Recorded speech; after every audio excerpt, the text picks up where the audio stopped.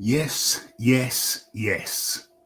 Mr. Raphael Dawkins is the Combat Radio, and you are in tune to, what is it, Boxing Talk with Rafi? It's not Boxing Talk with Rafi. It's a new show. It's the new thing. What's it called? Hold on. Let's get this thing right. We don't want any accidents like the last time around. Okay, we are live, and it's got a title there. It's the Weekend Lookahead. It's the Weekend Lookahead show. We're looking ahead. It's the weekend, and we're looking ahead to what we've got coming this Saturday night. OMG. Very much looking forward to it. Let me put the link up in the chat, and let me make sure that the audio is correct.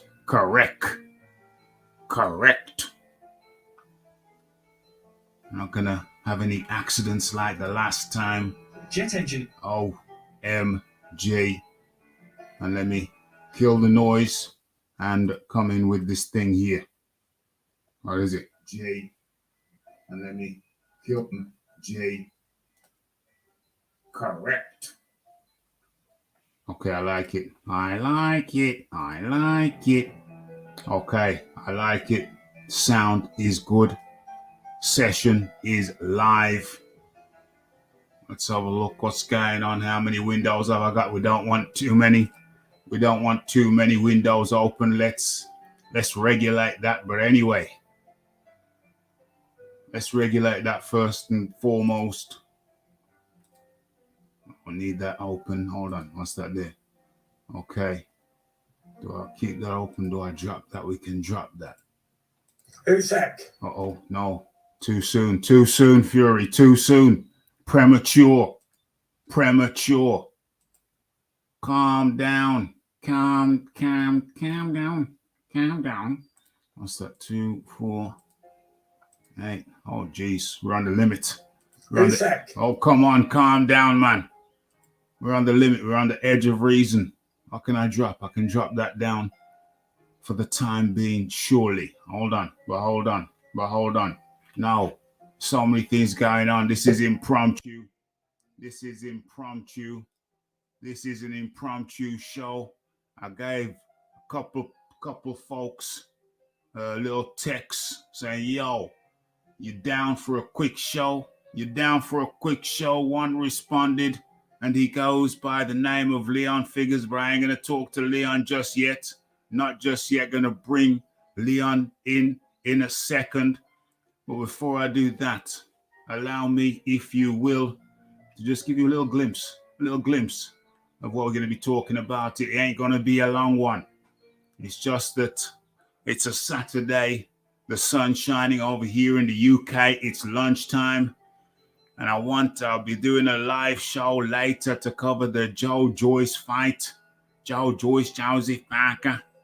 And I just thought I wanted to get one in earlier, on the early one. You know, maximize your day. Come on now. We're all about maximizing over here at the Raphael Dawkins Combat Radio. So I just wanted to maximize my day by getting a quick one out. A pre-live show. You know, the pre-tonight show. So what is it that I want to share with you? Just looking at the menu.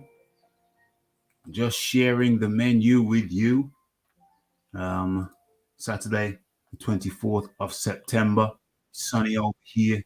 Sunny day over here in Middle Earth. Got lots to do. Lots to crack on with. But before we do that, let's have a quick look at the menu. Link in the chat. Anybody you want to jump on in. Parker Joyce, you know we're talking about that. When we're doing a little preview on that. You know that. Graphy got some video footage to share also. Serrano Bean versus my food. Never heard of her. Never heard of my food. Maganese versus Kakas. Usman versus Antwi. I don't know if I'm going to be live for that one. I mean, Usman is not the most scintillating of fighters, sorry to say. But interestingly enough, I think the key and pertinent thing here is that not only do we have the fight card on BT Sports, but I think many people may have overlooked the fact that there is also a DAZN card. There is also a DAZN card. So if you're not getting the BT, PPV, you know, the referee's here. The referee will also be covering the DAZN card. And I know everybody got that. And I'm not so much interested in the Kid Galahad versus Maxi Hughes fight, although Maxi Hughes, well, they got him ahead of Kid Galahad. Okay, Kid Galahad going up 9 pounds. Maxi Hughes will make him fight. Not that I'm an aficionado of these lighter guys, bro. I know that Maxi Hughes will make Kid Galahad fight. We're going to talk about that, although I'm not Kid Galahad's biggest fan. I will tell you why I'm not Kid Galahad's biggest fan. But I'm more interested. That's the headline. So the chances are that headline fight is going to clash with the Joyce v. Parker headline. So chances are I'm going to be watching Joyce v. Parker when the DAZN headline is on, which suits me fine. And I'll talk about Kid Galahad now.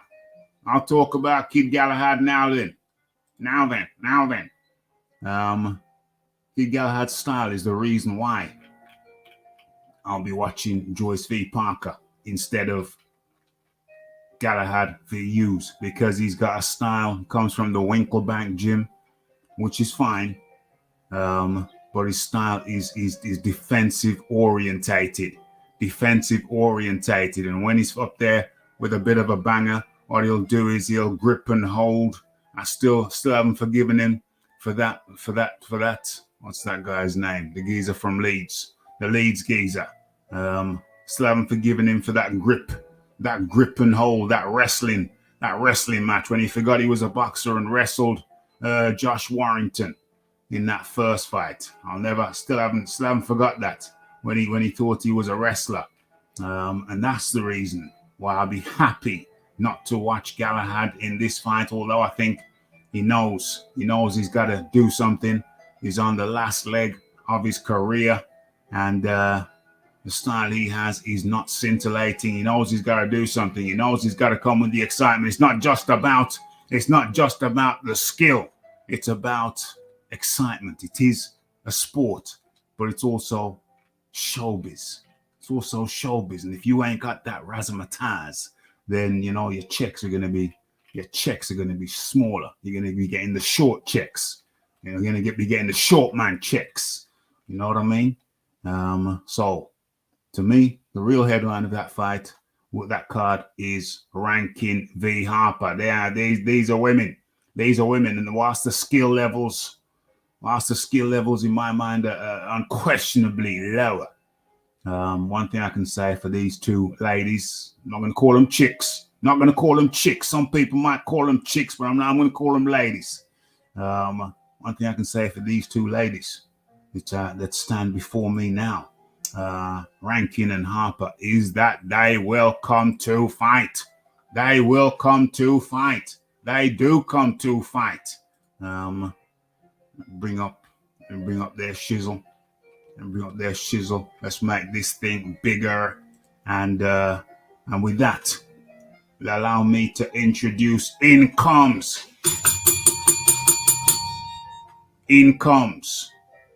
the man like, I don't know if is he by his mic? Mic check. If it was me, you're introducing mic check. Peace, Mr. Dawkins. Peace to the chat. Absolutely. In comes a man like Leon Figures.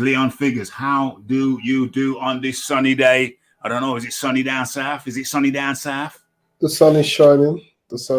Indeed.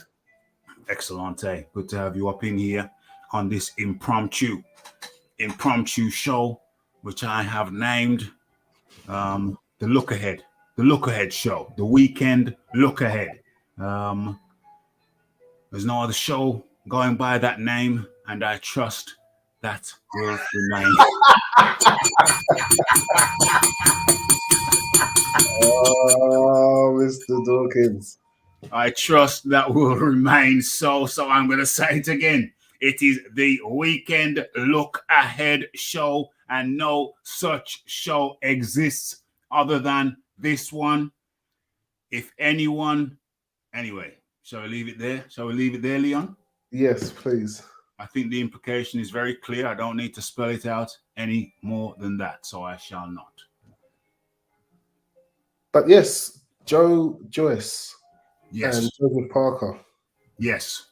Initially, my initial thoughts was a Joyce points. Right. Anything can stop him. I think his pressure would earn more points with the judges, especially being a home fighter. Mm-hmm. But I was having another chat in a different Discord group. Yeah. And one guy has almost convinced me that he's like, okay, just imagine, if you will, Joe Parker settled in with a Kronk style. He's coming a bit heavier. You see the improvements from Chisora 1 to Chisora 2. Yeah. Add in the heavier style and a bit more improvement. He's going for Parker knockout. Parker to win by KO. Mm-hmm. He thinks he's going to see a full-on Kronk style, and he thinks it's going to be effective. So, it's just a scenario to contemplate. It really got me thinking. Mm-hmm. I mean, I don't have as much faith in Joe Joyce to do that. Out of all the fights I've watched, like, in all honesty, he should have beaten Dillian Whyte. Dillian Whyte just out-grimed him, out-fought him physically, just out-dogged him. Yeah. If he had some, and that surprised me because I've known New Zealanders to have like a winning mentality, fight to the end, and Parker just never seemed to have that. Mm-hmm. But at the end of the day, Parker was the away fighter, and he's the away fighter again. But I did like the improvements I saw between the two Chisora fights. Yes. You can see the effect Andalese had. And as much as you always see Tyson Fury laughing and joking, I do think that they do train properly in that gym. He can't say he's not around quality. And sometimes you get the best training when you're having a laugh and joke with your friends. Yeah. Sometimes you get some of the best work. If you can compartmentalize things, focus while being around like-minded friends and not avoid getting too into the jokes and the laughter, there you can see that the Kronk style, where they're both doing it as well, with Fury adopting a Kronk style and Parker adopting a Kronk style. There's a chance that Parker could do something unfathomable almost to most people and actually stop Joe Joyce. And that would be devastating for Joe Joyce's career. It wouldn't be devastating because he's got the immediate rematch. Yeah. But I'm more and more intrigued. I am more and more intrigued, and I am heavily starting to consider actually purchasing the pay-per-view.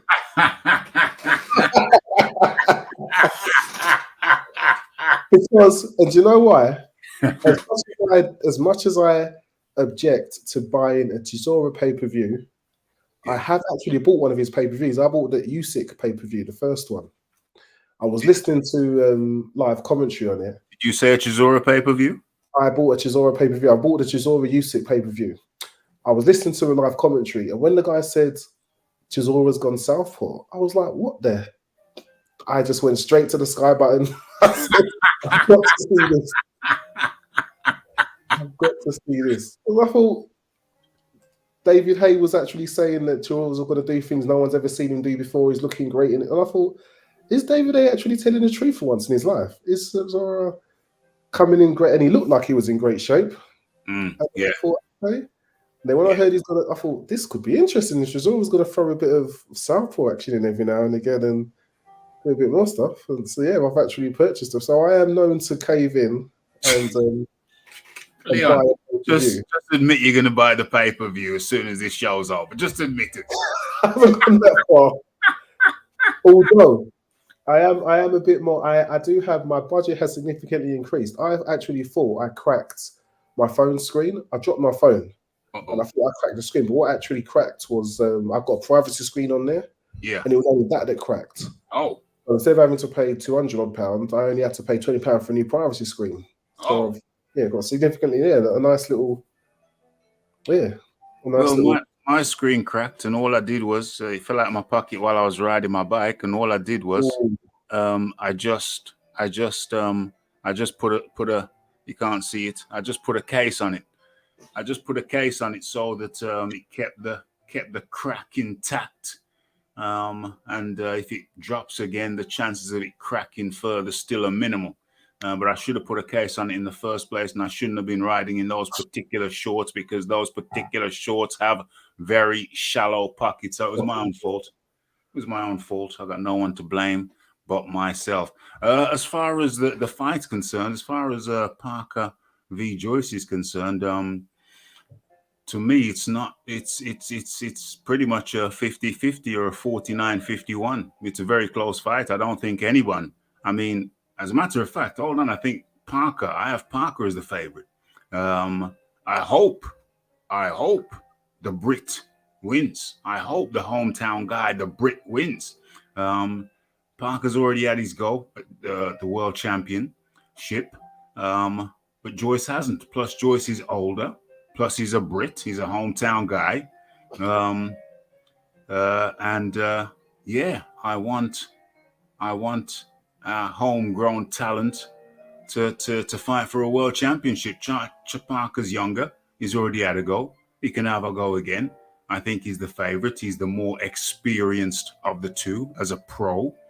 Although Joyce did go to the Olympics. He did get a silver medal, which may at some point be upgraded due to investigations, which led the investigators to conclude there was corruption at those Olympics. And Joyce, who was beat by Yoka to the gold medal, Yoka, who we saw get soundly thrashed by what's his name? Bacoli. Very much Bacoli. Yeah, Bacoli, not Okoli, folks. Anybody don't get it mixed up. Not Okoli, okay. It's Bacoli. More respect for Michael Hunter's name now, even though he's had a little lackluster performance, because he certainly outboxed Bacoli. Yes. But Bacoli, he's got his reasons, and Bacoli would welcome a rematch. And I fancy Bacoli in the rematch as a 50-50. Joyce, may be upgraded to a gold medal. So even though he didn't have the longest amateur career, it was a very respectable amateur career, which resulted in a silver medal, which may be upgraded to gold. But he's older. He started his pro career later. He went to university, studied the arts. I like that. I like that when a guy takes time out to be fully rounded, gets his degree, which I don't think many boxers attain that level of education. So I like that. He's 37 now versus Joseph Parker's 30. So I'm looking forward to this. I give Joseph Parker every chance of winning. I think Joseph Parker is in the best place he could be right now. He's training pretty much in the Fury camp. His manager is an ex middleweight champion whose name escapes me. Andy Lee. Andy Lee. His trainer. Yeah, his trainer. Andy Lee. And former Kronk pupil. Exactly. Former Kronk pupil, as well as Tyson Fury. So he's in a great place. Before that, Joseph Parker was training with, what was his previous trainer's name? Barry. Kevin Barry. And he was declining. I think it was the right time to change. And the thing with Kevin Barry was that I think that there's always going to be a question mark. When you're the top guy in the gym, there's always going to, and your trainer hasn't got any other boxers of note, there's always going to be a question mark always going to be a question mark. Is this guy really a top chef, or is he just a very good chef? You get this with what's his name? The guy who trained Andre Ward. Andre Ward, Hunter. Hunter, yeah, because you're like, was it you found a diamond or you created, or you created a diamond? It's when you need to repeat it. Yeah. They say in football, you need to win the Premier League with two different teams, either two teams, two different squads. You need to do it more than once to be considered. Just have your chin raised. Winning it's still great. Being the trainer of Andre Ward is amazing. Yeah, but to have a few more world champions under your belt, that's when you can sit with the other world trainers and keep your chin up. Yeah, and the thing with Kevin Barry is that, is he a master chef? Joseph, in the back of Joseph's mind, you think, is he a master chef, or is he just a good chef who can pass as a master? Is he a master chef, or is he just a good chef who could pass as a master? But we're training within Tyson Fury's camp, the Gypsy King's camp. He's got to feel that, hold on a second, this is the real place. This is the real place. This has got to be, for him, the mecca of gyms. You got a world champion there. I'm training under the roof of a world champion, so I know this is what I should be doing. I know this is what I should be doing. When Fury's punching the bag and Parker's punching another bag, looking at the timing, looking at the speed. You know what I'm saying? You're looking at the footwork, and you're comparing yourself to a world champion. There could be no better place for Joseph Parker right now, in any way, in terms of confidence, in terms of belief. He's got to be a believer. He's got to be a believer. And Andy Lee knows he's a technical guy. I've heard him talking to Parker. He's a very technical guy. There's no airy-fairy, wishy-washy stuff. There's definite game plans. There's definite goals. There's definite things that he wants to achieve each and every training session. Joseph Parker said, without criticizing his old training, his old trainer, he said that, I'm looking forward to training now. Before, it was just a drag. It was getting to be a drag. But now I look forward to training every day. Look at my breakfast. Pulls out his phone and said, this is what I had for breakfast. And he had a platter. He had a platter of seafood and this and that and high protein. It was a veritable platter. And that was just for breakfast. Look at my breakfast. Look. So I was just going to say that, Rafi, that gym from the outside looks like you're not going to struggle to get up at 5 a.m. to start. You're going to actually look forward to going in to train. Yes. It looks like that kind of place. So I'm glad that he said that. He did. He did. He's intimated that many times before. He's in a great place. He said, Tyson Fury, he didn't have to do this. He found me my new trainer. He found me a house. He said, you stay there. There's a house for you. Give me the full use of his full facilities, and what more could I ask for from a guy? What more could I ask for from a guy? Everything I've needed, he has provided. Tyson Fury has provided. One hell of a guy. And he's got to feel awesome. He's in the best place he could be, looking for and training under Andy Lee, someone who's very technical. I've spoke about wishy-washy trainers before, where you don't know how much to believe in them. You don't know how much they believe in them damn selves. But with Andy Lee, he's very clear. He's the kind of trainer I like. Gives you very clear instruction. He has very clear plans each and every training session. And for someone with an intelligent mind, that's exactly what you want, because nothing's wishy-washy. Everything, every step leads to another progressive step. It's step by step. And I do respect Andy Lee in a case where after the first Chisora fight, he said he's not sure his fighter won. Right. And very few trainers would have been that honest in front of the cameras to say that. Probably behind the scenes to the boxer, yes. Yeah. But to say that openly, I think, especially for us that like to discuss boxing, it's refreshing when coaches don't toe the line and give political lies, basically, in favour of their fighter, can give an honest assessment. 100%. Exact. 100. Stop it, Tyson. It's not your time yet. It's not your time yet. And so yeah. So we're gonna have to hold on a second. Let's do a poll. It's the inaugural. It's the inaugural weekend look ahead show. Weekend look at. I should put show in there, shouldn't I? I should put show in there. It's the inaugural weekend look ahead show. And without any form of messing around, I'm gonna write that in right now. So there can be no ambiguity. Where are we? Look ahead show. Yes. Oh my gosh, ain't got enough room. Oh, okay, there is. I can make it.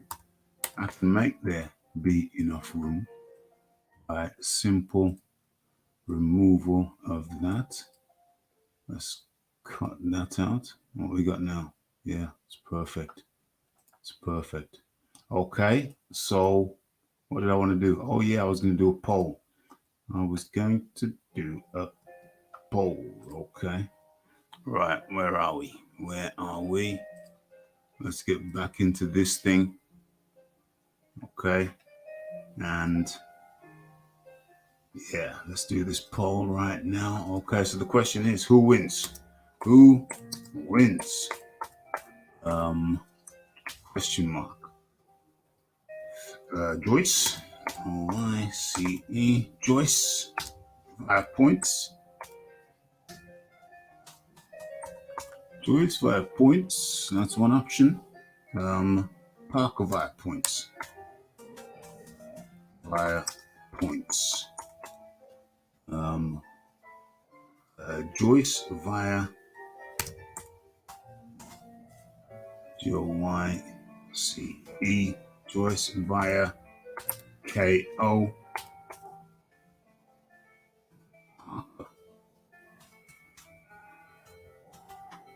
Parker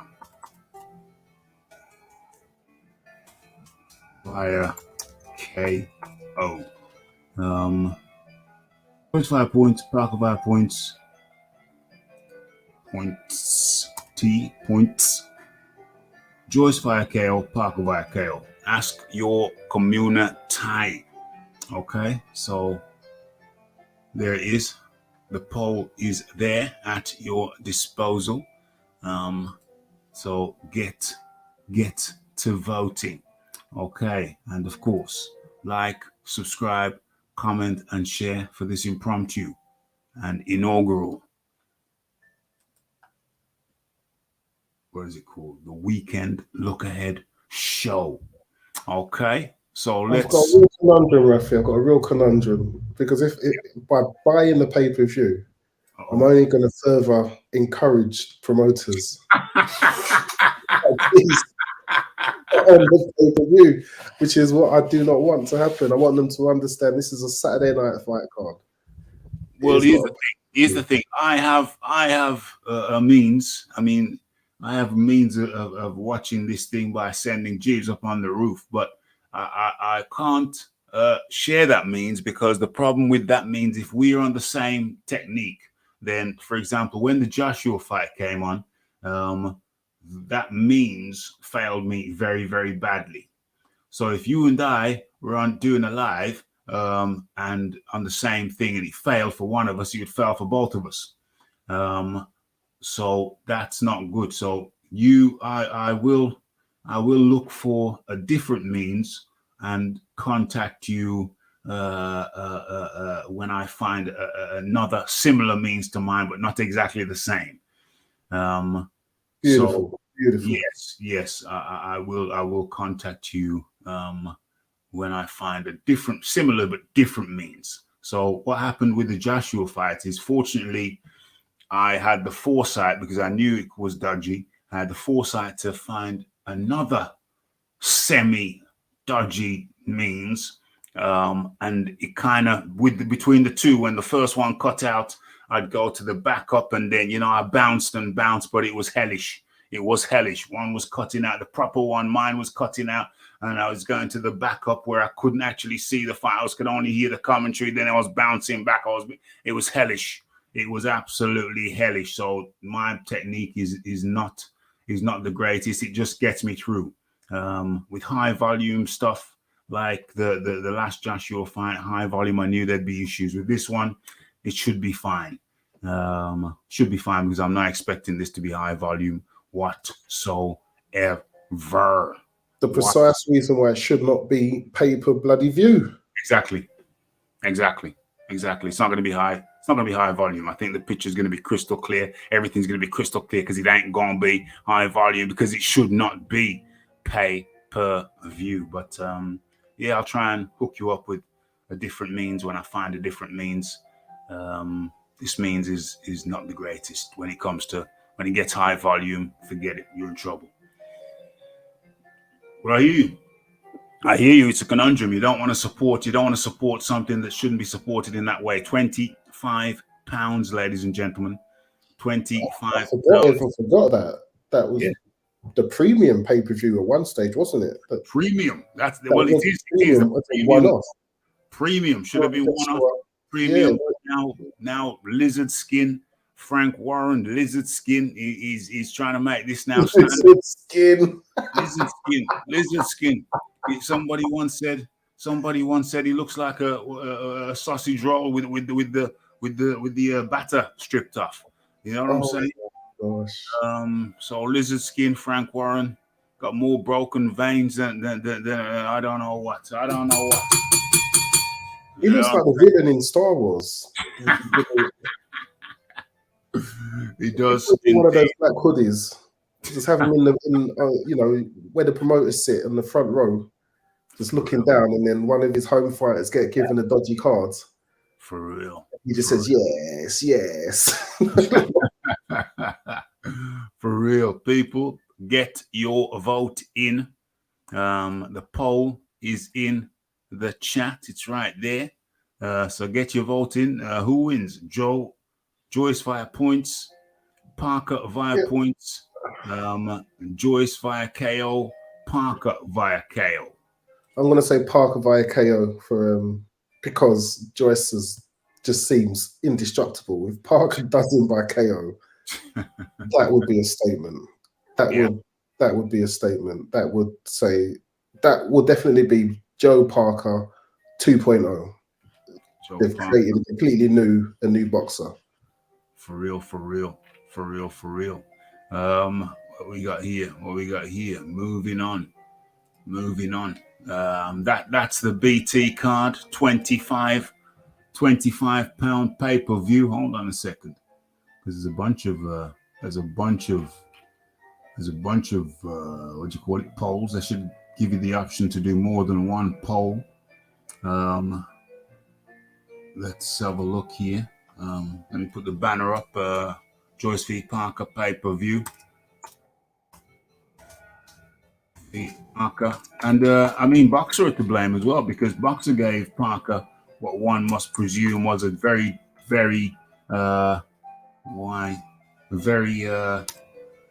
favorable contract, where they're paying him a very nice amount. But the consequence of that is now that they're making this a £25 PPV.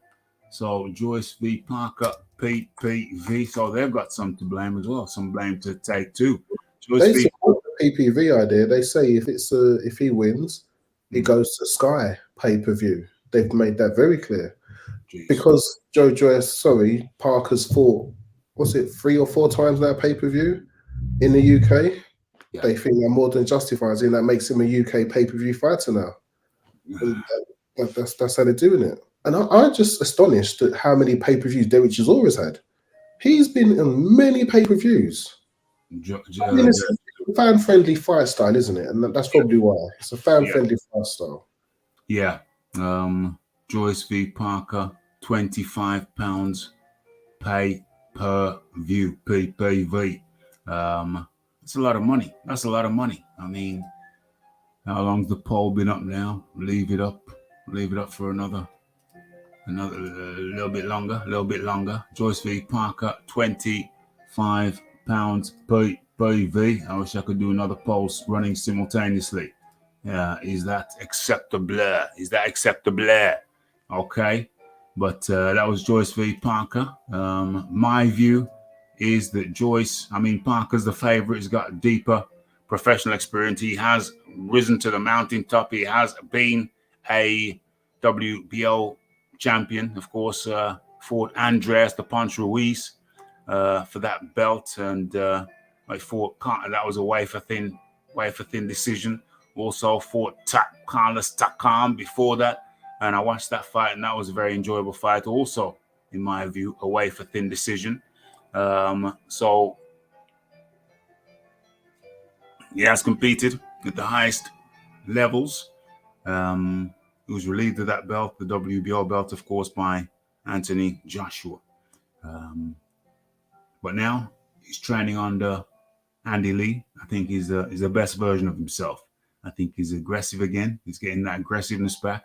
And I think he said in one of the pre-fight shows, he says, I'm not the Joseph Parker you see dancing around the ring. No, I'm going in there. I'm mixing it up. I'm going in there and mixing it up. I'm not the dancer no more. Joseph Parker says he ain't a dancer no more. Remember how he danced around? He was going to a dancing phase. He ain't a dancer no more. And yeah. Pro in full effect. There you go. There you go. He's stepping in now. Personally, I hope he gets knocked out. He needs more spite, though. A few times he let Derek Chisora just walk to the corner. No, he's got the spite. Yeah, he's got the spite. It's coming back. It's increasing. He'll have more spite this time around than he had last time around. And he had more time last time around than he had the time before. He's getting more and more spiteful. Trust me. We'll be able to see it this time, though, because he's not going to have to chase anyone. Joe Joyce is going to come walking straight towards him. He's going to be right there. But I think Joyce got tagged a few times by Christian Hamer in his last fight. But I think he's going to have to. Joyce is going to have to be thinking more like he was against Daniel Dubois. That's what I was going to say. He's known as being defensively poor, Joyce, but I think if he feels the power and thinks he doesn't care about it, he just ignores it. But if he fears the power, he can be defensively responsible. Yeah, defensively responsible. I think he's going to have to be defensively responsible like he was against Daniel Dubois. Daniel Dubois, he was very, very slick in that fight, slipping punches and then coming back with his own counters. So I expect to see a similar Joe Joyce to the one we saw against Daniel Dubois. And I think that's the best Joe Joyce to be facing Joseph Parker. But moving on to Kid Galahad versus Maxi Hughes. That's on the zone card. Remember, folks, there's two cards on tonight, or two major cards on in the UK. The BT Sports card, where you have to pay £25 to have the pleasure of watching Joe Joyce versus Joseph Parker, courtesy of Queensbury Promotions, with old Lizard Skin, Frank Warren, headed by Lizard Skin Frank Warren. £25, absolute bloody liberty. But anyway, that's as it stands, but that's not the only card on. The other card is headed by Kid Galahad versus Maxi Hughes.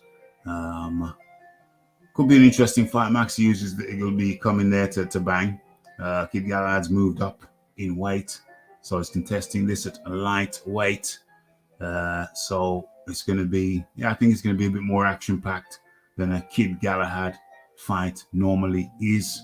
And so, that will clash with the headline fight on the BT Sports card, which, as you know, will be Joyce v. Parker. So I'm not expecting to be able to see this fight. Not expecting to be able to see this fight because I'm going to be watching Parker, Joyce v. Parker. But this is on. But more interesting, who do I think is going to win? It's a toss-up, isn't it? Obviously, Kid Galahad, ex-champion. I'm going to obviously be leaning to the ex-champ. Got knocked out last time around. So I'm going to be leaning towards higher caliber than Hughes. So I'm going to be leaning towards Kid Galahad, but I think Hughes is going to keep him honest in there and hopefully make it a fight. So that could be more interesting than I'm giving it credit for. How you feel about that one, Leon? like you, I don't know enough about Maxi Hughes, so I have to lean towards Kid Galahad on him being a home fighter and Yep. former champion. But my knowledge of Maxi Hughes is so little. He could also be a former champion, and I don't know. But yeah, I'm leaning towards Kid Galahad through lack of knowledge, to be fair. I have to be open and honest. Yeah, well, that's fair. That's fair. That's fair. That's fair. I don't claim to be an aficionado on them strawweight guys. So there we have it. Okay. I'm looking forward to more than that is the Hannah Rankin versus Terry Harper. A very intriguing fight. A very, very intriguing fight. Yeah, talk to me. Talk to me. Well, I've seen interviews with boxers who have sparred Rankin. And I don't listen too much to what Clarissa Shields says about her, because if she beats an opponent and they are her friend, she talks very highly of them. Mm-hmm. And I think that's in the way of boosting her achievement up. Yeah. But a few fighters, and in particular, Alicia Baumgardner, the one who knocked out Terry Harper, said Hannah Rankin can bang. All in perspective, obviously, but the way Alicia Baumgardner said it was like Hannah Rankin can hit harder than her. Yeah. And if she was able to knock Harper out, if Hannah Rankin lands, she don't see Harper being able to stand it. If she couldn't take a punch from Baumgardner, how is she going to take a punch from Rankin? But Harper, Rankin does not move. Baumgardner was just moving, was sublime on that Harper fight. The way she was jumping in and out. Very, very beautiful to watch in both ways. Absolutely. For the eyes and for the boxing movement and skill and footwork. Absolutely.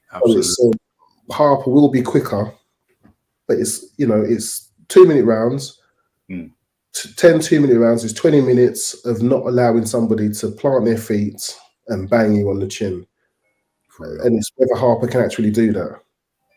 Right, it's a unification bout. It's a good bout. I would have preferred to have seen Rankin versus the Natasha Jonas on that Clarissa Shields card. That would have really made that card incredible. That would have been 3 really good fights. But Eddie Hearn had to get his foot in there and upset the apple cart. He couldn't let the competition have all the fun. Absolutely not. But it's still a good substitute with Rankin. It's still a good substitute with Rankin. Boxers have to go where the money is. Eddie Hearn gave her more money to give Harper an opportunity. And it's one of the fights where in women's boxing they're able to do this more. They've moved up a couple of weights to find another opponent to fight for a belt. And this is coming off of a devastating loss when she just lost her belt to Baumgardner. So it's a very intriguing fight. I'm definitely looking forward to this one, barring the main event on BT. Yeah, this is my next fight I'm most looking forward to this weekend. Yeah, absolutely more. That's why I've got it up there. Over the Kid Galahad fight for me. It's one that I am most looking forward to. After the Kid Galahad fight, and I cannot pick a winner in this one. I just can't. I can't pick a winner. How do I see this fight going? I see Hannah Rankin taking it to Harper. We saw. I love the way Baumgardner took it to Harper. But even so, Harper's got a little bit of a pep in her punches also. So Baumgardner couldn't just charge forward. She had to be tactical, but she did keep forward pressure, picked a spot, and came in with the damaging shots. Left Harper standing there, hands down, defenses down, like a pillar of salt. That will not have gone unnoticed by Rankin, an aggressive fighter. But I think Harper will have the edge in technique. But I'm definitely hoping for. I think we're going to see a very two aggressive ladies. Rankin is going he's going to take it to Harper. She's going to be looking to put it on Harper. And I'm excited. I can honestly say I am excited. 10 2-minute rounds. I am excited. Who am I going to pick on that one?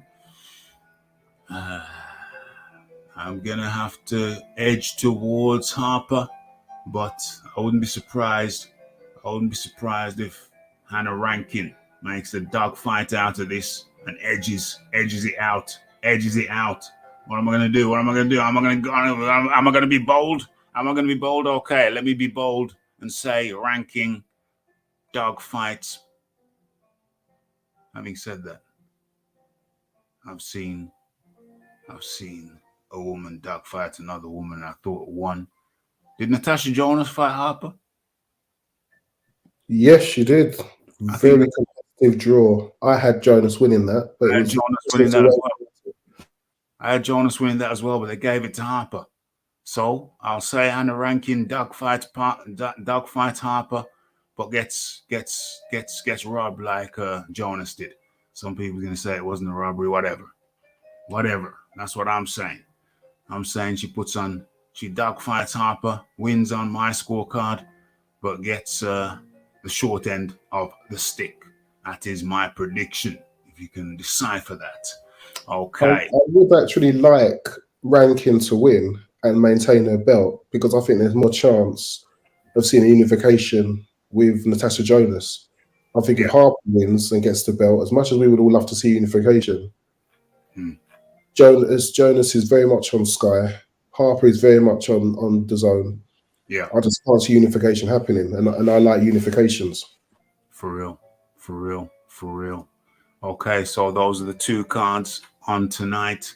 We're gonna cover them. The both shows over here on the Raphael Dawkins Combat Radio. What time are we going live, Mr. Dawkins? We're going live around 9, because the main card starts at 10. So we're looking at 8:30, 9:30, 10. Yeah, around 8:30 to 9. Probably closer to 8:30. 8:30 to 9. 8:30 to 9 is when we're going live on the Raphael Combat Radio. But there's still got a few minutes left to the hour. We're going to an hour show, and where are we? Where are we? I think we're with Tyson Fury. Tyson Fury, you'll see in the title, Tyson Fury has been middleweight. You say you want the WBC, and it's held by gypsies. It is held by gypsies. It's held by the Gypsy King, and it's held tightly, grasped tight, and all road leads to a 7-foot behemoth that will absolutely destroy you middleweight. Okay, that's what Tyson Fury was saying. That's what he was saying. But I haven't got those lives. I haven't got those lives now, but because it's past the 24-hour mark. But latterly, today, Tyson Fury has actually been bigging up the Manuel Charr fight. He's been promoting the Manuel Charr fight. He called Usyk a big dosser, called Joshua a big dosser, and more. He called them both big dossers and more, language which I shan't repeat here. But it seems very clear to me that Tyson Fury is now promoting the Manuel Charr fight. Remember, it was said... You did call it, Mr. Dawkins. I have to say, you did say it was a farce, a sham call out, a sham offer. You never wavered. No. As tempting as it did look, you stuck to it, and it's starting to look like your prediction is coming to fruition. Well, I always said that they were using Joshua. They were using Joshua to promote the real fight that they were going to be having, and that real fight would be against somebody like a Manuel Charr. It would be like somebody like a Manuel Charr. And because they got the date locked in, they got the promotion. Everybody knows what date it's going down at. It's December the 3rd at the Principality Stadium in Wales. And let's have a look. What did Eddie Hearn have to say? I mean, look, I think Tyson Fury's fighting Manuel Charr, in all honesty. Like, the more I think about it, the more I see stuff like, we've all agreed to work hard on the contracts. Listen, we got the contract last. So that's Eddie Hearn talking about when they got the contract. They got the contract, last Friday? Friday or Saturday, and it was all over the place. They got the contract last Friday or Saturday, and it was all over the shop. Since then, we've had calls, I think, as recent as yesterday, getting it in the right place. And just by his message, I don't know. I don't want to. So, contract all over the place. I think they want us to run out of time a little bit, Frank Warren came out yesterday. I mean, today is Saturday, the 24th. Frank Warren came out on Friday, the 23rd, saying that, well, listen, I'll give him to the end of the week. Give him to the end of the week. But we got to get this thing moving on. And I think Frank Warren's position is Frank Warren wants the zone to step aside and say no. Frank Warren's been saying, hey, if the networks get involved, if the networks stop this fight, then they're obviously not boxing people. So Frank Warren wants the zone to step aside. So it's a BT exclusive here in the UK, and then ESPN over in America calling it the Tyson Fury show. Well, sorry, but when the guy you're fighting is a bigger entity than you, then it can't be the Tyson Fury show, really. That's so disappointing, Mr. Dawkins, because I remember quite clearly Frank Warren saying there's enough money in the pot for them both to do it. No one needs to be greedy. No one needs to hog it all. The same money is still there. Yeah. Why is he? There's no need. If you go back to his words, what he said, and this was when he was talking about 50-50. Yeah. So you're now getting 60-40. So he was willing to do 50-50. Both people do the pay-per-view. Yeah. You've now got 60-40, and it has to be Queensbury. Well, you don't want the fight. And what I also noticed is he was saying Joshua wants to fight. So he's not insulting the boxer. Before he was insulting Joshua. Joshua doesn't fancy it. Joshua doesn't. And the fact that he's actually speaking semi-kindly about Joshua makes me think he knows that was never in the plan. Yes. Just blame the zone rather than the fighter now. The zone obviously again promised us not the undisputed, Fury Joshua fight with no intention of ever making it. There we go. The zone obviously they're gonna want to split naturally since Joshua signed for them, and that's understood. That's known. It's understood from the start. But I think that Warren's going to try. Obviously, he's trying to say, no. Well, listen, it's the Tyson Fury show. We're giving you a chance. Well, it's clearly not the Tyson Fury show when the other guy is a bigger entity than you. So he's not going to give up his. He's not going to contravene. He's not going to. What do you call it? He's not going to break his contract. He's not going to break his contract and make himself liable for prosecution by his own network. He will act in accordance with the rules, contract stipulations. I'm sure the zone would bend and split and share, but that's not what Frank Warren is really looking for. And we're not just going to sign a contract that isn't in its correct format, isn't in the best interest of Anthony Joshua. And that's not for people to say, oh, well, what they're asking for too much. The terms are agreed. We've agreed those terms. The terms have been agreed. They've agreed those terms. But now we have to go into a position of negotiating with the broadcaster. Honestly, hand on heart, I think what Tyson Fury is going to do is, this is taking too long. Yeah, this is taking too long. Remember the TikTok? Remember we was posting up TikTok when the last time when he's supposed to sign to fight Joshua? TikTok, time's ticking, guys. Come on, let's get it going. Time's ticking.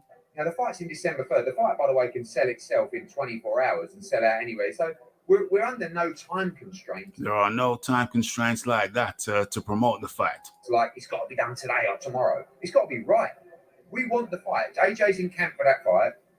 But AJ's already in camp for the fight. I just, when I see things like that, I liked it when everyone was quiet because I thought, okay, they actually want the fight. And then he comes out today and it's like, yeah, Fury came out today, which was yesterday. I don't know. And then Manuel Charr comes out and says, I'm fighting Tyson Fury on December 3rd. What's that? Shane Fury said. Yeah. What? Fury said what? Yesterday he believes Tyson will fight Manuel Charr. Who said that? Who said that? What? Shane Fury. Shane Fury. Fury said yesterday he believes Tyson will fight Manuel Charr. Shane Fury came out yesterday and said he believes Tyson Fury will fight Manuel Charr. And in comes the man like, let's see if he's right by his, let's see if he's got his finger on the unmute button. Is he there? You mean yes, John D. Lee? He is Mr. John D. Lee up in the building. Yeah, Leon. John D. Lee floating through the air with the greatest of ease.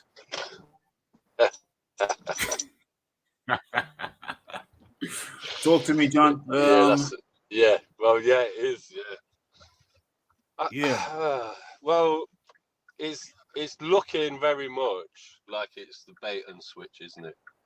Yeah. Because when I listened to that interview with Frank in the week, it sounded like the purpose of the interview was so that nobody would think it was Tyson Fury's fault the fight wasn't happening. Mm-hmm. And that was the only reason he was doing the interview.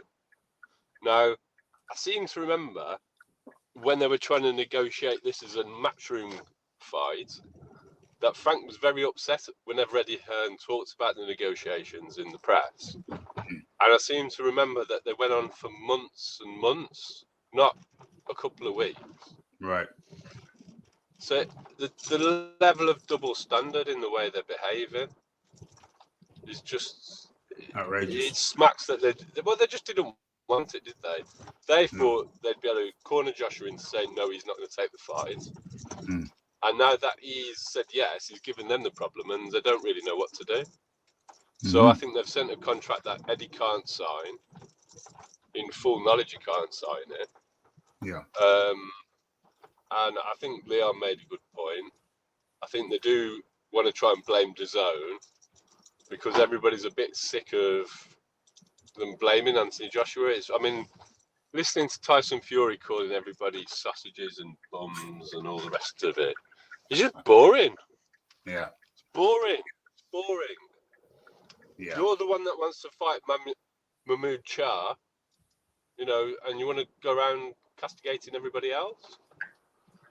I've heard the snippet of that Shane Fury interview, and Shane Fury seems generally against him fighting Anthony Joshua all round. He said he should have a load of southpaw sparring and have a tune-up fight in Manuel Charr to get ready for the Usyk fight. That's what he said in an interview this week. Yeah, I heard him in an interview where he did mention something, but I think I forgot to timestamp it, and it was a fairly long interview, the one that I heard. So I can't really find the point where he said what he said, the pertinent point. But I do. Heavyweight boxing 7.9. Let's have a look. I think I can 719. I think I can find something interesting that he did say. Let me get the volume up on this. Heavyweight boxing, anything can happen. When you're messing with world-class operators, they can it's as easy to be put out by him as it is with him. But this is why Joshua should take this fight. What's easy to be put out by him rather than him? Okay, I think what he was saying was that this is heavyweight boxing, and it's fall with the big fights. Hold on.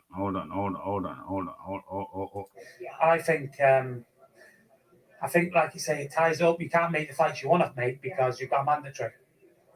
You're talking about if you get undisputed, all of a sudden you're tied up. And in heavyweight boxing, anything can happen. When you're messing with world-class operators, they can it's as easy to be put out by him as it is with him.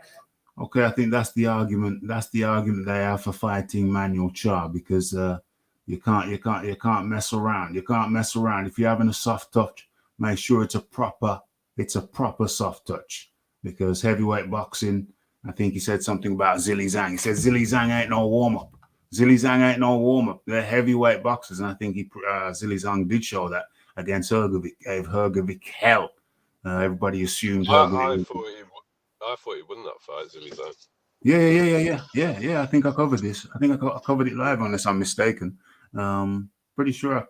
Did I not cover that live? I'm pretty sure I covered that live, and You probably did, Raf, to be honest. I think you was there, weren't you, Leon? Weren't you live with me? Could have swore I covered that fight live. Which fight was this, sorry? Zhilei Zhang versus Hrgovic. Were you not live with me when I covered that fight? No, I missed it. I missed that live with you.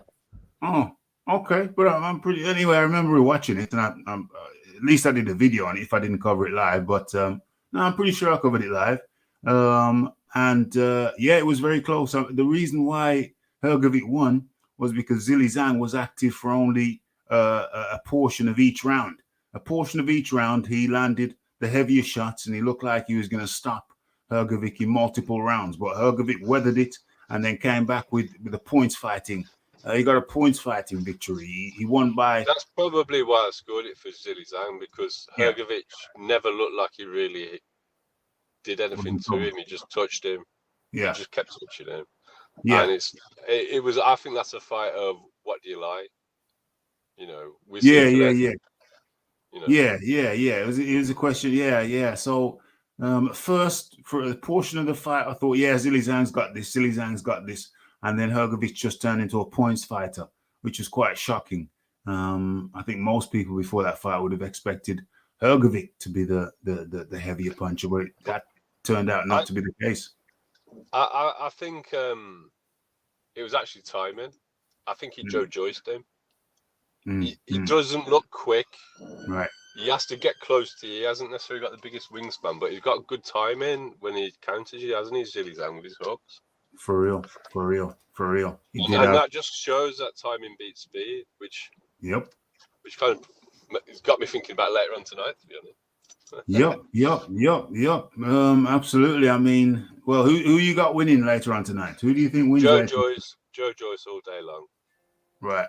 Because How? It's going to come Yeah. through attrition and late stoppage. Yeah. I think he's going to time him. I think Parker's put on weight, which is a mistake. Parker's 5 pounds heavier, 4 pound heavier. Fight 5 pounds. And his last fight was his heaviest career weight as well. Wow. So although Joe's coming in heavy, Joe's naturally that size. Joe don't even look. It doesn't. He just looks normal. He looks quite athletic. He doesn't look overweight. Yeah. No, he's a big. I think from a frame point of view, he's got a bigger skeleton than Anthony Joshua. They're about the same height. Yeah, but probably. He can carry that weight better than most people. Like if you think he's 270, that's what Tyson Fury's been weighing. Look how sloppy Tyson looks at 270. Tell me about it. And look at Joe at 270. He's a very, very, very big fucking man. Sorry, Ralph. He's a big dude. It looks true. He's not the tallest. I think he's just very heavy set. Yeah. Well, apparently. Apparently he's got bone. They've measured his bone density at a rugby Saracens rugby playing. They got a machine for bone density, and I think that the thickest bone density of any of the rugby players was ×3 of a normal man, whereas it turns out the joejoyce bone density measured as ×5 the normal man. It doesn't surprise me. So he's got 5 times the bone density of Mr. Average. And I would suspect that if anything, Parker's at a 3. Yeah. I just don't see how Parker's going to keep him off him, because he's going to tag him. But if you think about the trouble Derek gave him, this is a much bigger, longer type of. But he's pretty similar to Derek in his relentlessness. He doesn't smother his own work in the same way. For real. So I think he's going to stop Joe, and Joe might quit because I don't think Joe's got the stomach for the battle.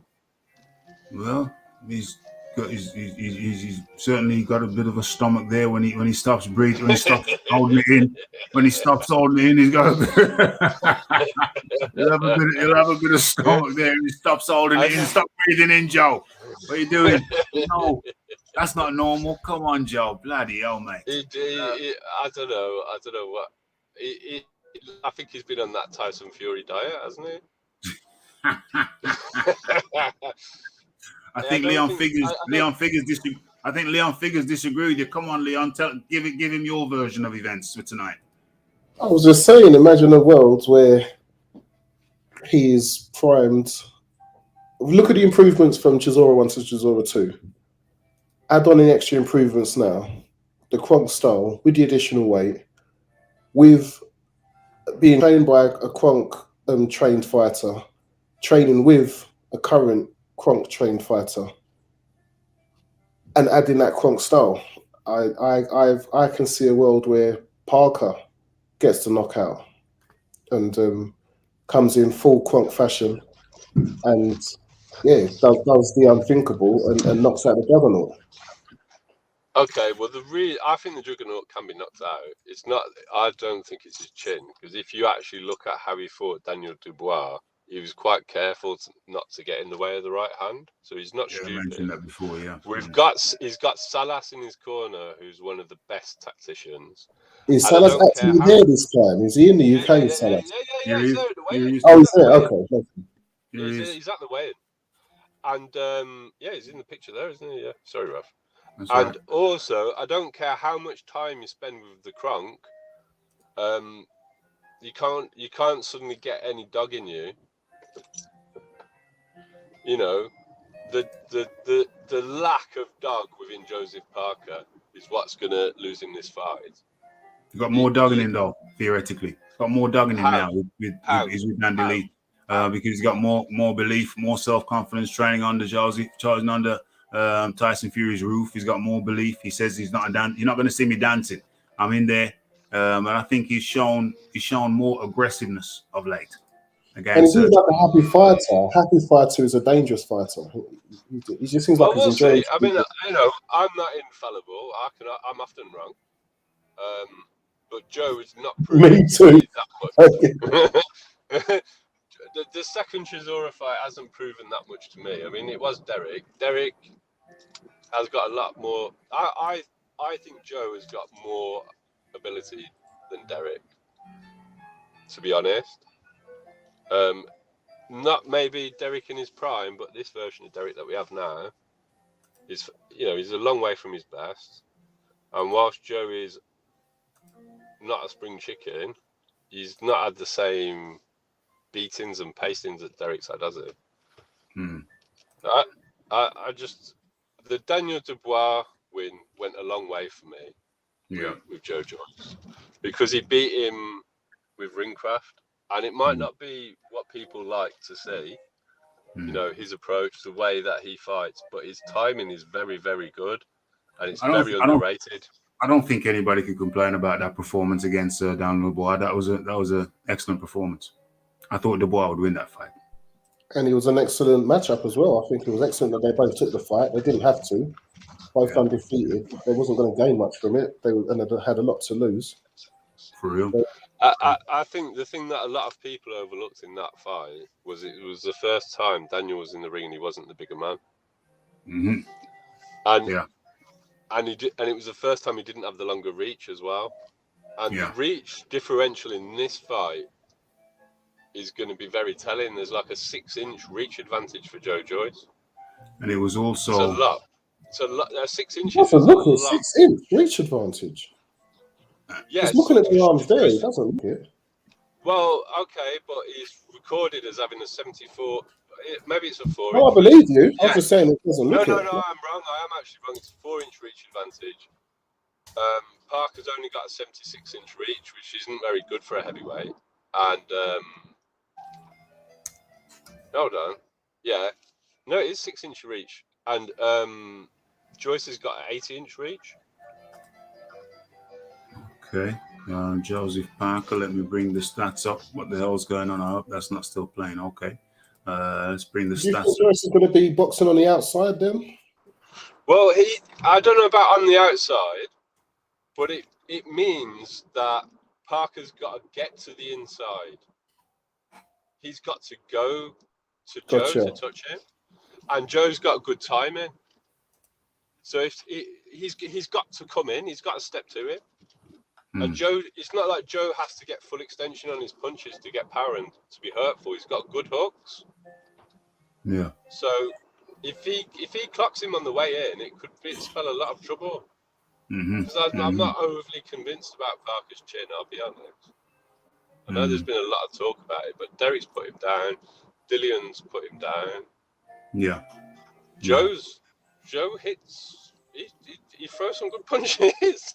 They're not necessarily clean knockout punches, but they're concussive, hurtful punches, aren't they? Yeah. Joseph Parker, let's have a look at the stats.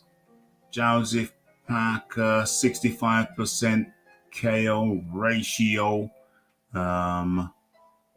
30, New Zealand, 6'4", 76-inch reach. And let's go over to Joyce. 80-inch reach, so 76 4-inch reach advantage. No, it's 6. It's 6. It's 12 inches in a foot, isn't it? Oh no, you're right. Sorry, yeah, no, I'm wrong. Yeah, I'm 4 inches.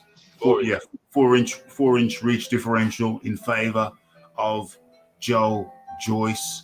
So it's 80 inches. It's 76 inches versus 80 inches. And let me just have a quick look against the Daniel Dubois. Daniel Dubois' reach is 78 inches.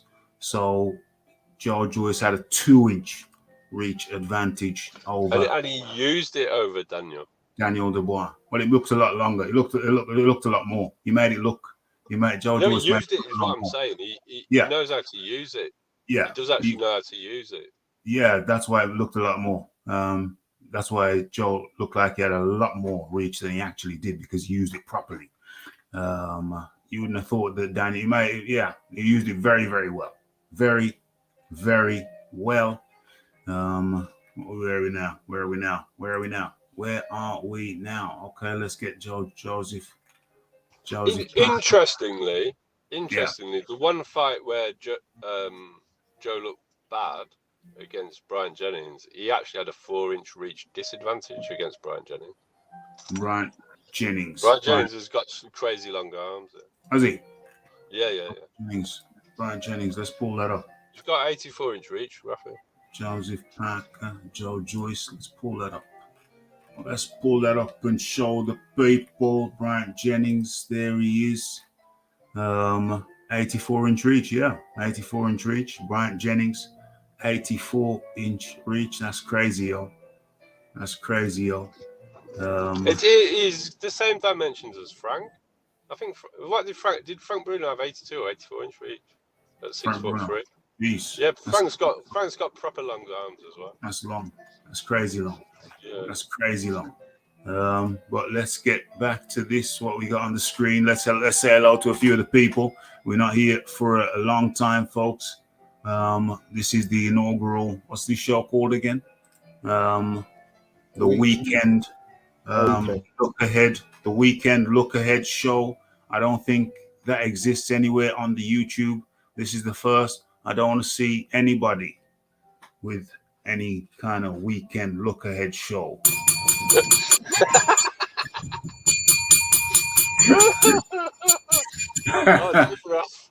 I don't want anybody. I don't want anybody pulling that shizzle. They say an elephant never forgets, Rafi. Well, believe you me, elephant never forgets. And yes, I'm scared of mice too. So you know what I'm saying.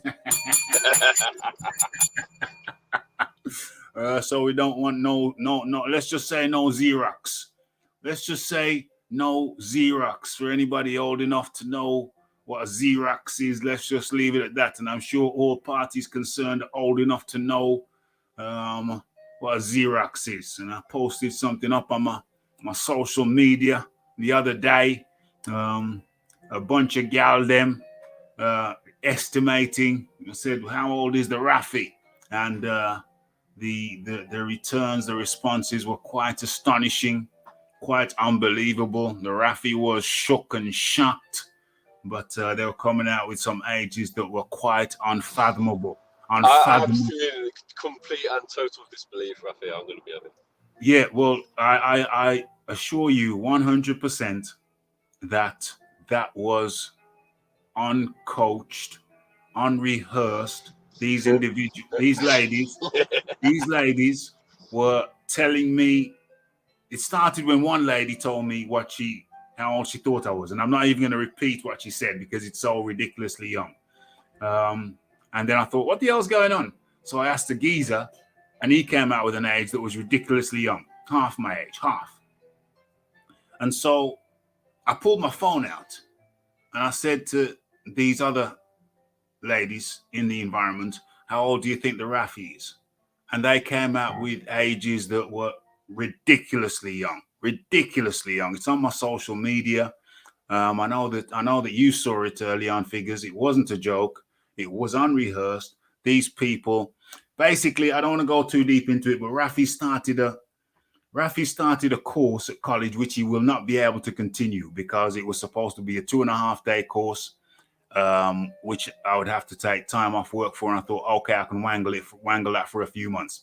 It's a music technology course, which would enable me to understand and how to use music software so I could start building my own tracks at home. The majority of the people on the course, they're just youngsters. So I assumed that they would see me in the classroom. I have to abort it because it's more than 2.5 days. It turned out I can't do it. I can't manage it. 2.5 days I could manage, but it's more than that. I can't. I'm going to have to drop out. I'm going to have to drop out. So I haven't paid anything for it yet, mind you, so I'm okay. So everybody else in the classroom, they're youngsters fresh out of school. So I assumed that they'd see Rafi sitting there and I'd say, oh, that's the older guy. The responses I got were true, unrehearsed. Only one girl got anywhere close to my age, and only one. The others, do I pull this up? I'm going to pull it up. I know it's unbelievable. Even John Daly doesn't believe it's true, but I'm telling you, it's unrehearsed and true. I'm going to pull it up. Maybe I just don't want to believe it's true, Raf.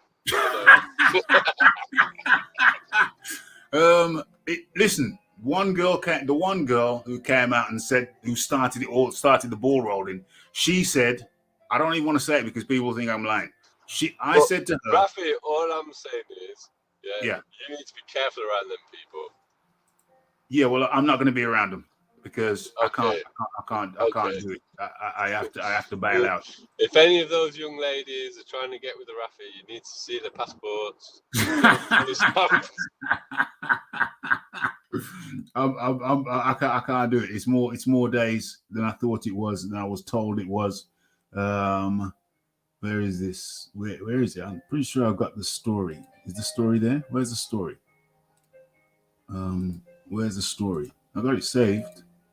Yeah, if you make the wrong move, Rafi, you might be saying that the judge is giving you more time than you thought it was for partaking in some activities with the young ones. So, yes, I think, as John said, keep well away. I'll say it again. I don't get you. We're just trying to protect you, Raf. We're just trying to we've got your best interests at heart, that's all. I'm just trying to pull up the damn footage. I can't seem to pull it up from my computer. Can I do it on my phone? Oh yeah, I think I can play the audio on my phone. Should I even do it? It's crazy. Let's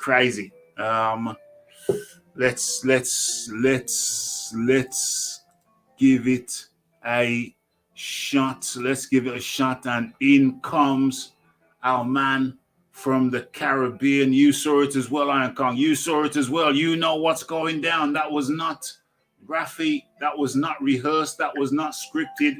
It was a real thing from these young'uns trying to guess the Rafi's age and coming up with some crazy numbers. Peace, Mr. Clark. Yeah, peace to everybody. Actually, I don't know what you're talking about, Rafi. Well, I'll play the audio. I'll play It's the very audio. peculiar, Kong. Brace yourself. Brace yourself. Brace yourself. I'll play the audio. Okay. Where are we? Okay, so ladies, please tell me once again into the camera, how old, this is me, Raphael Dawkins, how old do you think I am? 18 and 20. Okay, and there's a girl, another girl, who insists. Oh yeah. Okay, and there's a girl, another girl, who insists that I'm 16. Real talk, real. It's madness. It's complete and utter madness, but that's unrehearsed. It's madness. Sorry, Rafi, go ahead. Sorry. It's madness. Basically, I started a college course, which I cannot continue. It's music software, music technology. They said it was 2.5 days, so I finally convinced myself that I could take 2.5 days off work, but it wasn't really 2.5 days because I could start late and start early. So anyway, it just means that I'd be taking a little bit of time off work and I could wangle it. But it turns out that it's more than 2.5 days, so I have to abort. I have to quit. I have to bail. It's been a couple of weeks now, but all of these kids, they're fresh out of school, like 1 year out of school or just out of school. So we was at this thing, and I just randomly said to a girl who seemed quite mature. I thought she was about 20. I said, how old are you? She's about the same height as me. She's about 6 foot plus. I said, how old are you? I thought she was going to say 20, 23, and she said 16. Oh, okay.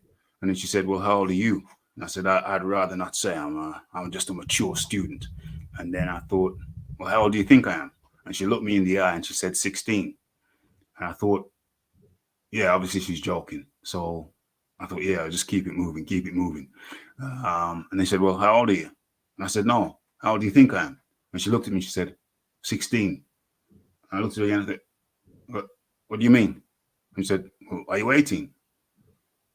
And then I thought, oh, this is crazy. This is some madness going on. So I left it as it was. And then later on, I thought, let me find out what people really think. So I said to a guy who's on the course, I said, how old do you think I am? And he said, 20. I thought, what the is going on? So then I said to these two girls, have I still got it up? I said to these two girls, we're in the theater. We're in the theater area. Like I said, it's a course, I'm going to have to abort it. It's a shame. It's horrible. But I just can't wangle it. I can't wangle it. 2.5 days I could have wangled, but I can't wangle what it's turned out to be. I can't wangle it. But so I said to these two girls, I said, maybe it's a fluke. So I said to these two girls, well, how old do you think I am? How old do you think I am? And then I'll play it again. I'll play it again. I'll play it again. Let me see if I can get the picture. Let me see if I can get the picture on the screen. I don't know. Tell me once again into the camera. How old? This is me, Raphael. How old do you think I am? 18 and 20. Okay, and there's another girl who insists that I'm 16. Let's try. So ladies, please tell me once again into the camera. How old? This is me, Raphael Dawkins. How old do you think I am? 18 and 20. Okay, and there's madness. So that's all real. And I don't really look like 16, obviously, and I don't really look like 20, obviously. But it's funny what happens when I think that's an example of people wanting to see or seeing what they want to see. The Iron Kong. Yeah.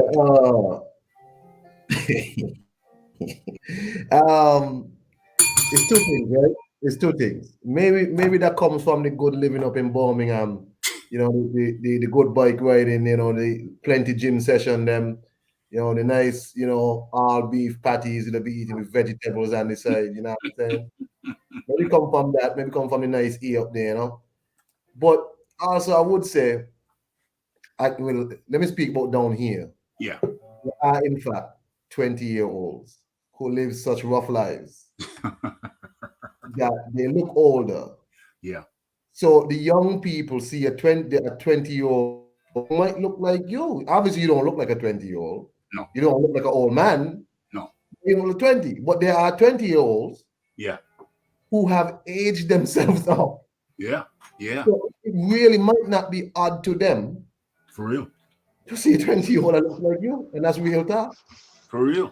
For real. I think though, Rafi, because without blowing my own trumpet, I get a lot of this. Yeah. And I get a lot of it at gymnastics as well. Yeah. More so than anywhere else. Yeah. For those that don't know, I'm 46. Yeah. So I think the context is important because you're at college, so they're younger people and they're seeing you do what younger people do. Yeah. And obviously you haven't let yourself go to that. No. You know, so I have a lot of people at gymnastics think I'm in my 20s, but as soon as I'm in the workplace, that doesn't happen. For real.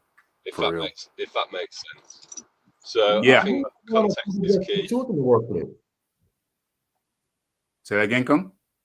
Of course, it doesn't work like that in the workplace. And John has on like a double-breasted suit. He probably has specs on, telling people about themselves. You there? Yeah. You there? Probably got a cravat. Probably wears a cravat. Why aren't you at your cubicle? No, Rafi, it's full red braces, blue pinstripe suit, pink shirt, and a blue and pink polka dot tie. What about the cravat? No, that's for weekends, Raf. So the point that I'm trying to make is that, as crazy as that sounds, that post was not in any way fictitious. That was a genuine post. That was young ladies genuinely saying what they thought. One thought the Rafi was 18, of course, because of the context. The next one thought the Rafi was 20. Only one girl came up with she said I was 32. And that was that was That's still a healthy way away, Raf. That's still a healthy way away. It's still a healthy way away. In the workplace, you'd be quite happy with that. Oh, bloody hell. Absolutely. So I don't know how we got onto that. Well, I got onto it because I wanted to assure anybody who saw those social media posts, like Leon Figures, you probably thought I was joking. John thought it was a joke. It was a comedy sketch. It was not. It was 100% real. But it's kind of crazy. How does that fit into this? I really don't know. But the Iron Kong, we're just wrapping up with Joseph Parker and Joyce, Joseph Parker there. That's a 25-pound pay-per-view. That's some prestige pay-per-view figure. That's on BT Sports. Me personally, I'm going to watch that. But before I watch that, the other headline fight for me of this weekend is going to be Hannah Rankin versus Hannah Rankin versus who is it? Hannah Rankin versus Terry Harper. Those are for me, other than what we saw last night, which we'll wrap up with. But first, if you want to talk to me about the Joyce versus Joseph Parker, how you think that one is going to go down? Once again, I'm forced to consider Joseph Parker's options because the guy can fight, but there always seems to be a next step, a next gear he does not go into sometimes. The guy can fight. He has ability. He has whatever. And it's like,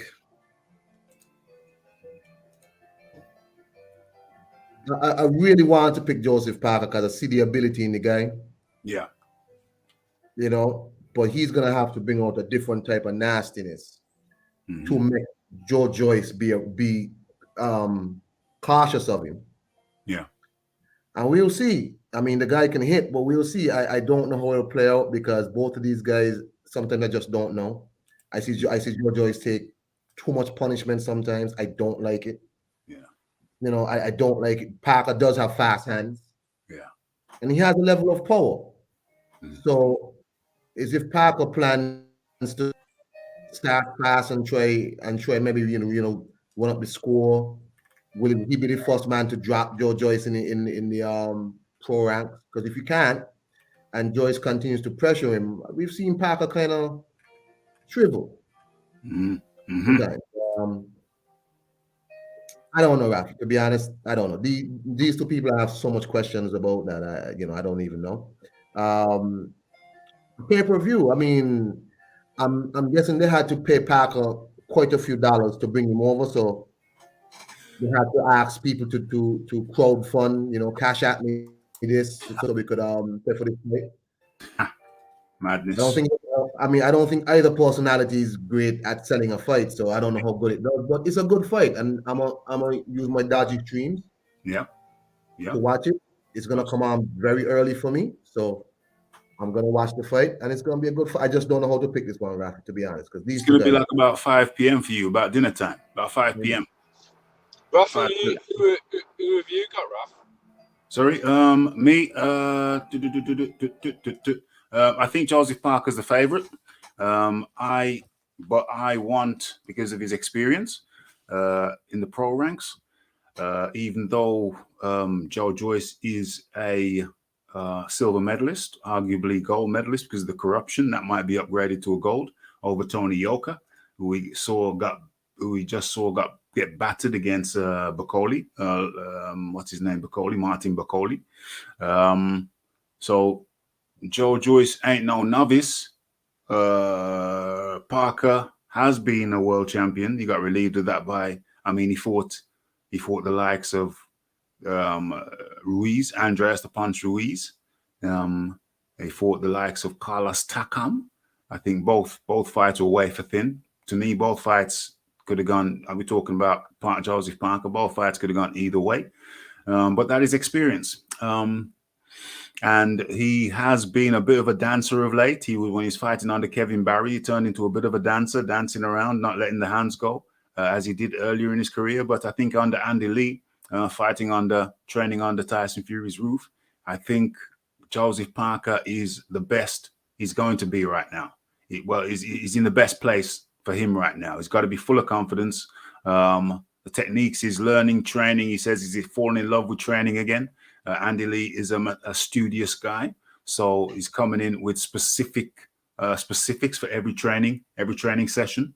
So I think Joseph Parker's in the best place he could be right about now. Confidence and belief in his trainer, in the training under Tyson Fury's roof, reputed to be the best heavyweight on the planet right about now. That's got to fill him and imbue him with a sense of confidence that he's in the right place. And he may even be thinking, well, if I'm not better than Tyson, it's like Jay-Z said, if I'm not better than Biggs, if I'm not better than Big, I'm the closest one. So he might actually be walking around saying to himself, well, if I ain't better than Fury, I'm the closest one to him. So I'm no worse than third or fourth best in the round, best in the world. He should be thinking that. He should be walking around thinking that. He's training with him. They don't get in the ring. The trouble is Jay-Z wasn't the second best after Big. Sorry. Well, that's what he said. That's what he said. If I ain't better than Big, I'm the closest one. That's what he said. But Joe Joyce could very well be saying that and thinking that, and he should be thinking that to himself. So what I'm saying is that Joseph Parker's confidence, I don't think could be higher than it is right now. So Joseph Parker, who I've never written off as a fighter, I've always said he's a dangerous character. It's just that through certain reasons, certain factors, he hasn't been able to put it together of late. But that was under Kevin Barry. Different, new day, new situation, new training situation. It's like Jay-Z to Biggs. If I ain't better than Biggs, I'm the closest one. He's got to be thinking that. So I think Joseph Parker's going to be very dangerous in this fight. But my personal preference, I want to see Joe Joyce get to the mountaintop, at least fight for a championship. I want the hometown guy to win. I'm partisan. I'm openly partisan. I want the hometown guy to get the victory. If this was in New Zealand or Samoa, then the New Zealanders and the Samoa, they'd be rooting for Joseph Parker. This is in England, and I'm rooting for Joe Joyce. I'm rooting for the local talent. I want Joe Joyce. He's 37 now. He hasn't got much time left. I want Joe Joyce to win, hopefully by body shot knockout. And so that's what I'm going for. Late body shot knockout for Joe Joyce. That's how I'm looking at it. That's what I'm hoping for. Am I biased on this one? You can bet you by golly, wow, I am. What else is there to say? What else is there to say? There ain't much. There really ain't much. We could go on and on and on, but things have got to be done. Rafi still hasn't got his training session in today yet. That has Tony. Let me get Tony in so Tony can have his say, and then we're gonna have to shut this baby down. We're gonna go one more time around the horn. We're gonna go one time around the horn. Tony reviews. How do you do? I'm doing well, sir. How about yourself? I'm real good, my friend. I'm real good. Peace, Tony. Peace. Peace, Tony. Good to have you. Yes, good to have you up in here, but we're just going around the horn. We're having people say their final words. So if you give me your predictions first, my friend. The Juggernaut's going to destroy Tickle Joe. Tickle Joe's got nothing that can stop him. And I disagree with what you just said about Joe Joyce being close to the end, being 37. Yeah. I don't think he's anywhere near the end because I look at it like this. He didn't start boxing until he was 30, which is real late in the game. So he has no wear and tear on his body. Number two, age, it affects speed fighters more than slow fighters like Joe Joyce. So you don't have to worry about him losing speed. Three, punch resistance seems to go down with age as well, and the dude is made of granite. So I don't think that's an issue. So all the intangibles that would say that he's getting up there in age, I think is contrary to Joe Joyce by the way he fights. So I think he's one of them dudes who could fight into his 40s and still be at his peak best, as long as he doesn't start getting tired, which he never does. So I got him completely destroying Joseph Parker. The only thing he needs to look out for is the overhand right. I think I believe Parker's coach is Andy Lee, right? Yeah. He's smart enough to know to tell Joe Joyce, look for the overhand right, because Joe Joyce has been very susceptible to it. However, here's what I look at. Parker's not the same fighter that fought AJ. He's no longer mobile. He stands still. He stood still against Junior Fa. He lost against Chisora in the first fight. I don't care what the judges said. He got whooped. And he looked good in the rematch, but that was only due to him putting on the weight where he oversized Derek Chisora. In this fight, he's not going to be able to oversize Joe Joyce. He's way bigger than him, coming in at 271 pounds to Parker's 255. I just see all the way around. And then nobody's got a better jab at heavyweight than Joe Joyce. He's got the best jab in the game. He wins, hands down. I think it goes to decision. I think Parker will go into survival mode, and early he'll be too cautious to be knocked out. But yeah, I see easy win for Joe Joyce. Easy win for Joe Joyce. Are you familiar with Hannah Rankin and Terry Harper, female boxers? Are you familiar with them? I am. Hannah Rankin to me is not that good, and Terry Harper, I don't know where she's at in her career. She had a long layoff before she got in there and got stopped by Bumgarner. So I don't know if that's due to lack of ability, Bumgarner being better, or she just was out of the ring for too long. Because I think it was like a year and a half. Yeah. So I think it's a pick-me fight. I don't know who wins the fight because I don't know if Harper's seen her better days. Yeah. Yes. Okay. Who we got left? Okay, so that's Tony review. John D. Lee. Iron Kong, your final words, please. Yeah, wish me luck today and patience. I'm actually at my office getting some stuff because I'm going down to a radio station because I'm being asked to have a quote-unquote conversation with some people about emancipation and whatnot. A couple of them are staunch Christians, and I know where it's going to end up. Anyway, so in terms of boxing, though, good luck, Kong. Yeah, it's gonna be bad today. Anyway, it's not a lot I can say. I mean, this fight between Joseph Parker and Joe Joyce, I know because both men have things I don't like about them. Tony's right though. The Parker that fought Anthony Joshua was a much smaller man who moved more, which is maybe why he didn't do more in that fight, because he just kind of move. No, he's more weighty and he hasn't been mobile for a long time. The problem is his non-mobility hasn't really paid off for him. Like his fights haven't been great. Yeah. You know what I mean? The last good fight I remember him being in was maybe the Dillian White fight. Mm. You know, I don't know. Again, just hit a lot, and I just don't like it. So we'll see. In terms of the Terry Harper Hannah Rankin fight, Yeah. Terry Harper, the only thing to say about her is when she quote unquote beat Natasha Jonas, and she didn't, in my opinion. Yeah. I don't know anything about Hannah Rankin, so I'm not gonna bother with that. I'm gonna watch the two fights today, like you said I should do, Rafi. Yeah. I see how it goes. I have to use a dodgy stream to watch Joyce versus Parker. Don't tell nobody about that. But yeah, I just don't know what to say. So y'all have a great day. Shout out to my guy Tone Views in the house, Leon Figures, John Dealey doing his little round off there. John, I could do that too, you know.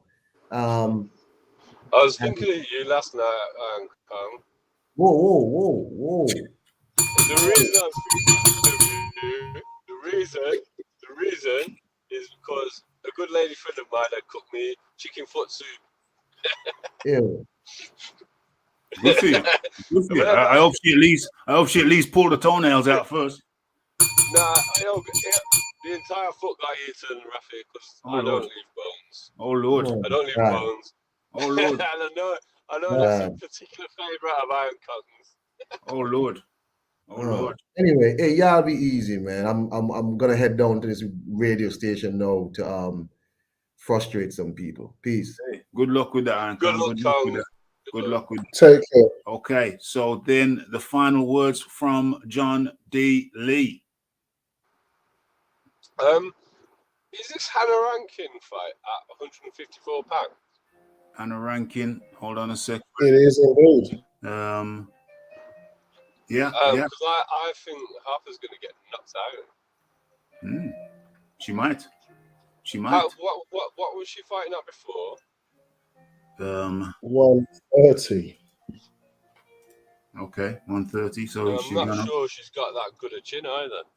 Yeah. She went up after she got stopped by Baumgartner, I believe. Yeah, she got stopped on her feet at 130 pounds. Yeah. And now she's going up to 154. Yeah. I think this could end up very nastily for her, to be honest. 134. I'm not that convinced about. Sorry, 154. So she's going up a stone. That's a clean stone. Oh, a stone. Yeah, it's a clean stone. It's 14 pounds. Wow.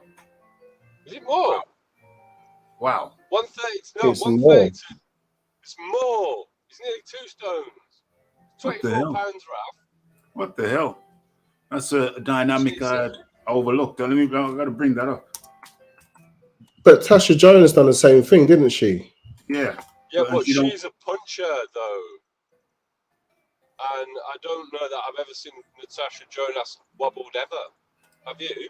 No. I wish I had. There's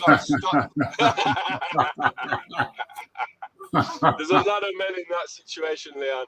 A lot of men are with you there. All I'm going to say is Natasha's heavy-handed and has got a good chin. Terry is feather-fisted and got knocked out on her feet.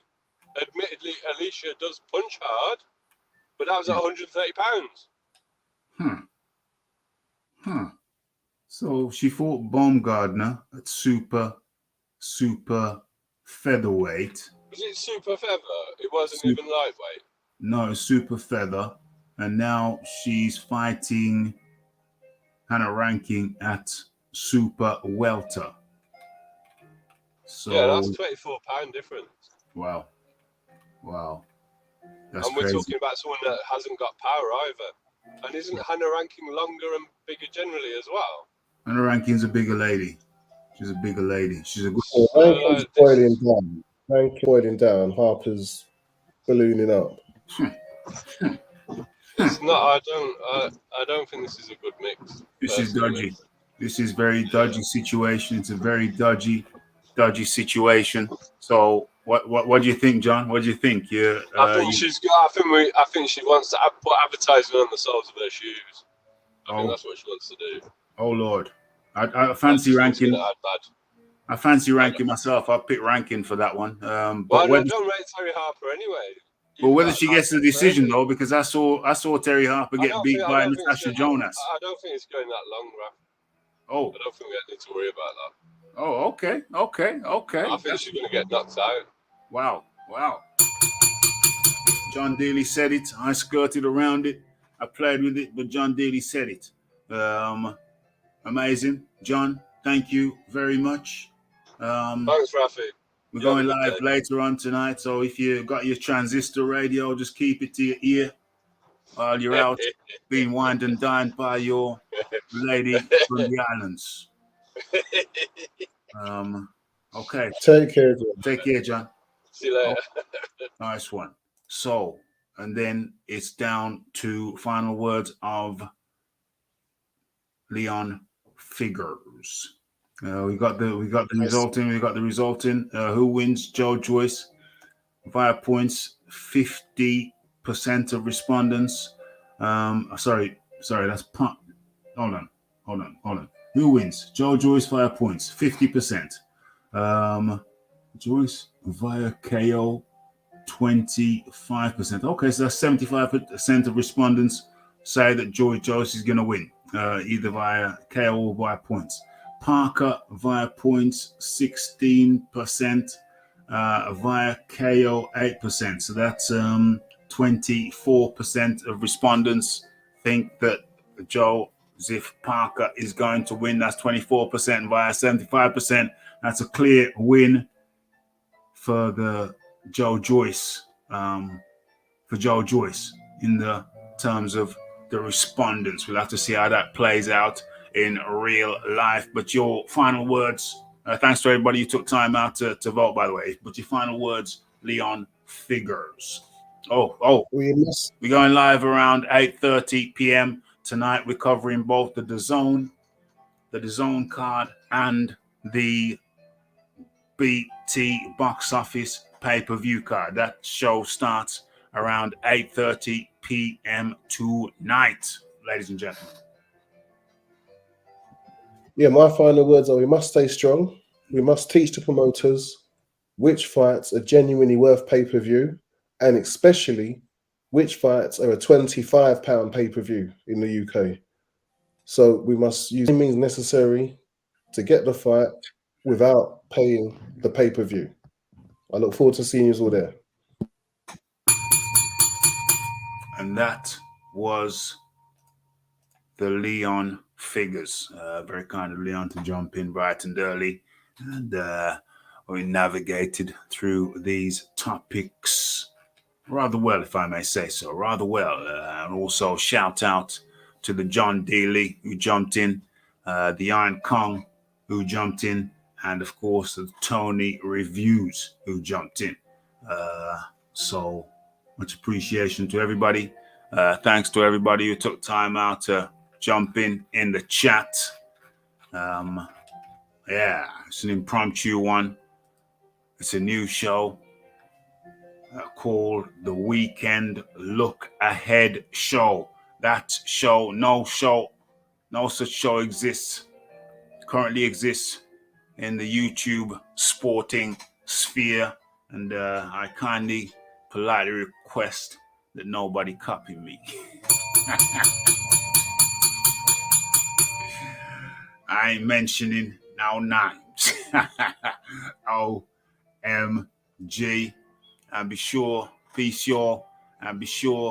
to get back right here on the Raphael Dawkins Combat Radio, and we start the evening's festivities, boxing bonanza, 2-card bonanza, both the DAZN card and the BT Sports card festivities kick off at 8:30 p.m. tonight, right here on the Raphael Dawkins Combat Radio. And the only thing left for me to say is blessed.